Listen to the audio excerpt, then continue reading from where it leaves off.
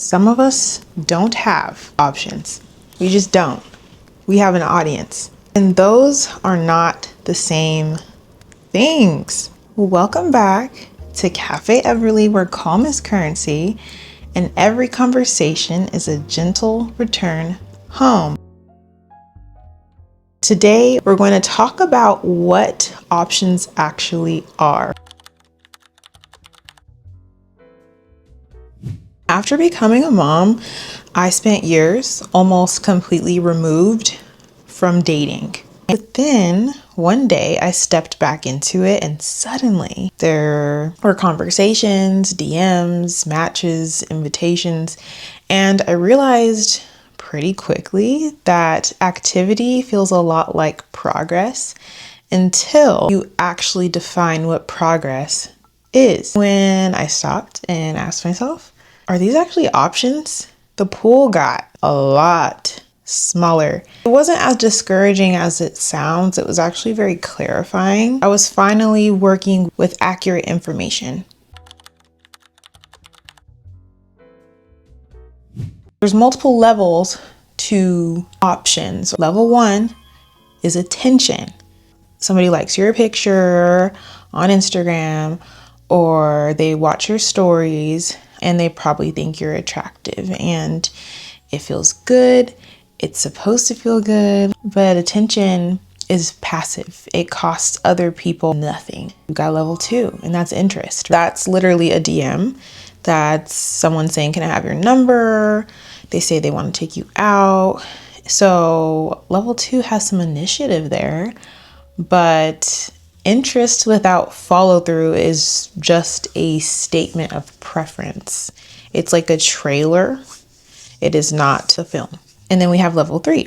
Level 3 is an actual opportunity. They actually show up. They plan the date and they follow through. They communicate consistently without you having to intervene. They make space for you in their real, actual life. This level, I think, is rarer than people acknowledge. And then we have level 4. And level 4 is compatibility. So this is values, emotional maturity, timing. 2 people who are genuinely available, not just technically single, and you're building towards something aligned. This is what actually sustains something real. Out of the 4 levels, only 1 is an actual option, right?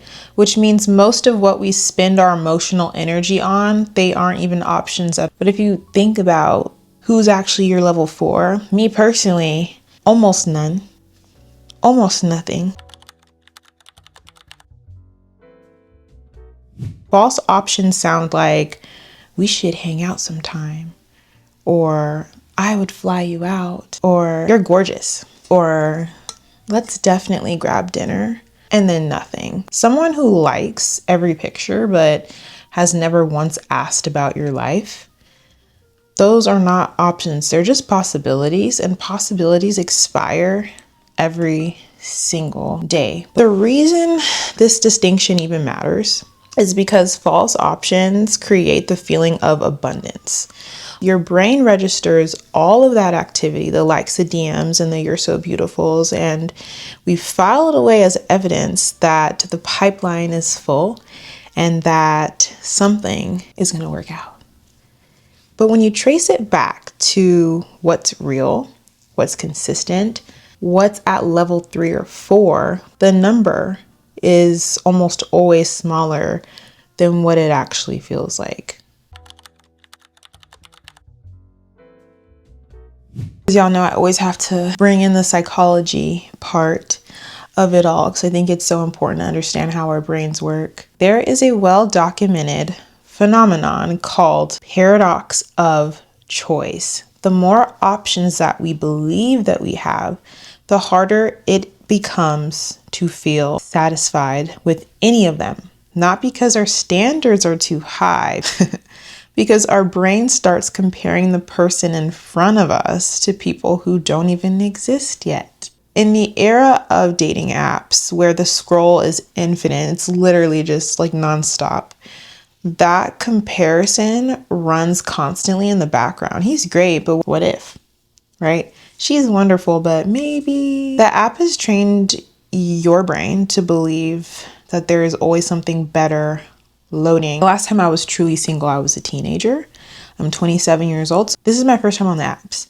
I'm already experiencing this unsatisfaction with my actual options because I'm like, oh, but there's a little bit of misalignment in these areas. I'm sure there's someone who could just check all of the boxes, right? A person who is real, who is present, who is constantly showing up at level 3 can start to feel literally ordinary.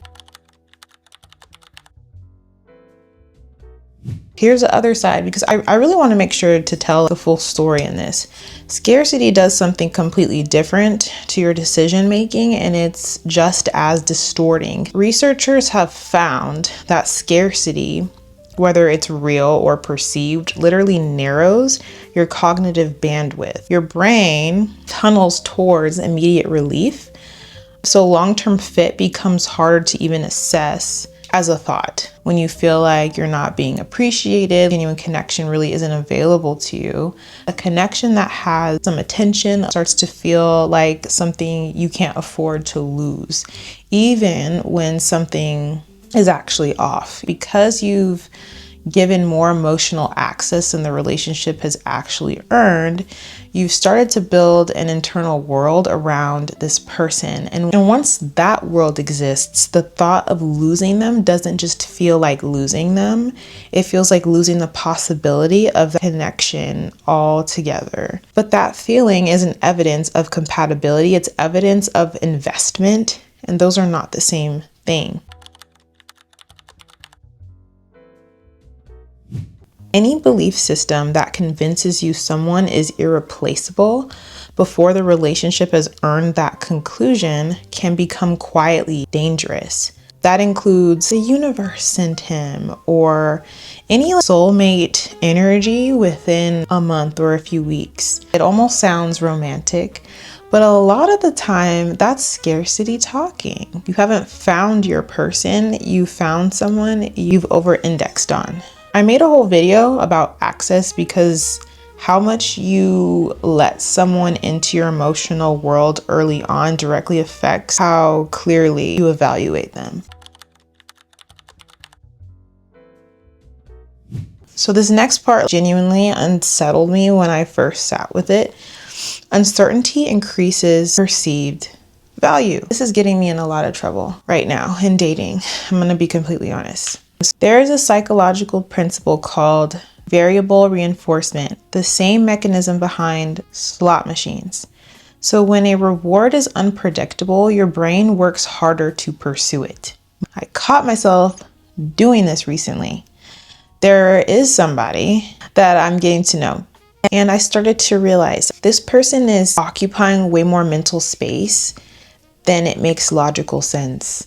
We weren't talking consistently. I wasn't even seeing them all the time. I'm not seeing them every day. But because I never quite knew where I stood, my brain kept returning to them, replaying conversations, analyzing texts, and wondering, what the heck does he mean by this? And then on the other hand, I have someone who's consistent and they tell me exactly what they mean, and I saw them more, and I'm just like, why is this other person taking up so much mental space? I wasn't thinking about him because he was the best fit in the world. I was thinking about him because my brain hated uncertainty. So the person who shows up clearly and consistently, who communicated in a way that doesn't make me feel anxious, can start to feel like we're missing something. He's missing something. And I just couldn't put my finger on it, right? But what's missing is anxiety. But we've been so conditioned to read anxiety as chemistry that we don't always know the difference. There are 3 ways people relate to their options, and I want you to be honest where you locate yourself. So there's scarcity, which means if this doesn't work out, I have nothing. This leads to overinvestment too fast, tolerating things that don't sit right, accepting less because leaving feels more dangerous than staying. Doesn't always look like desperation. Sometimes it looks like intensity or making yourself endlessly available. Then we have delusion. I have unlimited options. There's a healthy version of this. Genuine self-assurance is real and it's very valuable, but the unexamined version uses perceived abundance as armor against vulnerability. You're not afraid to commit, but you're very selective. You almost seem avoidant. You're protecting yourself from real investment. But keeping one foot pointed towards the exit, I think I probably was falling in this bucket lately, I would have to say. The last one is reality. I have very few genuine opportunities at any given moment, but life continuously creates new ones. A grounded belief that you are capable of continuing to build and attract good things. Reality mindset is the hardest to hold because it doesn't offer the comfort of either extreme. Scarcity gives you urgency and delusion gives you protection. Reality gives you clarity, which is less soothing in the moment, but far more useful over time.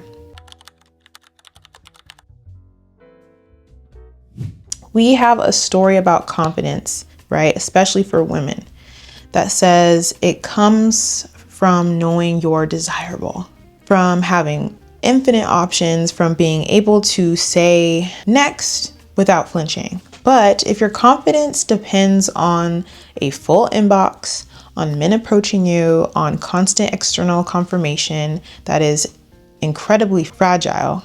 One slow season, one connection that doesn't work out, and suddenly the whole thing wavers. Real confidence isn't everybody wants me.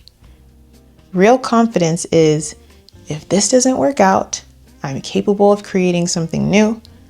It doesn't require the options to be infinite. Coming back to dating after years away has humbled me in a really healthy way. I think you might have more attention than you realize, and that's real.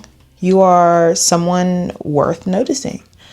But attention and options are not the same word. And when we treat them like they are, we make decisions based on a picture that isn't accurate, either holding on too tight to something that doesn't fit, or staying so unbothered that nothing real ever gets a chance to grow. Clarity isn't always comfortable. Sometimes it shrinks the room, but clarity gives you something that fantasy never can, the ability to actually choose what's in front of you. Maybe you don't need more options. Maybe you just need to see the ones that you actually have clearly. That being said, protect your peace, honor your softness, and let God remind you that you are already enough. I will see you next time.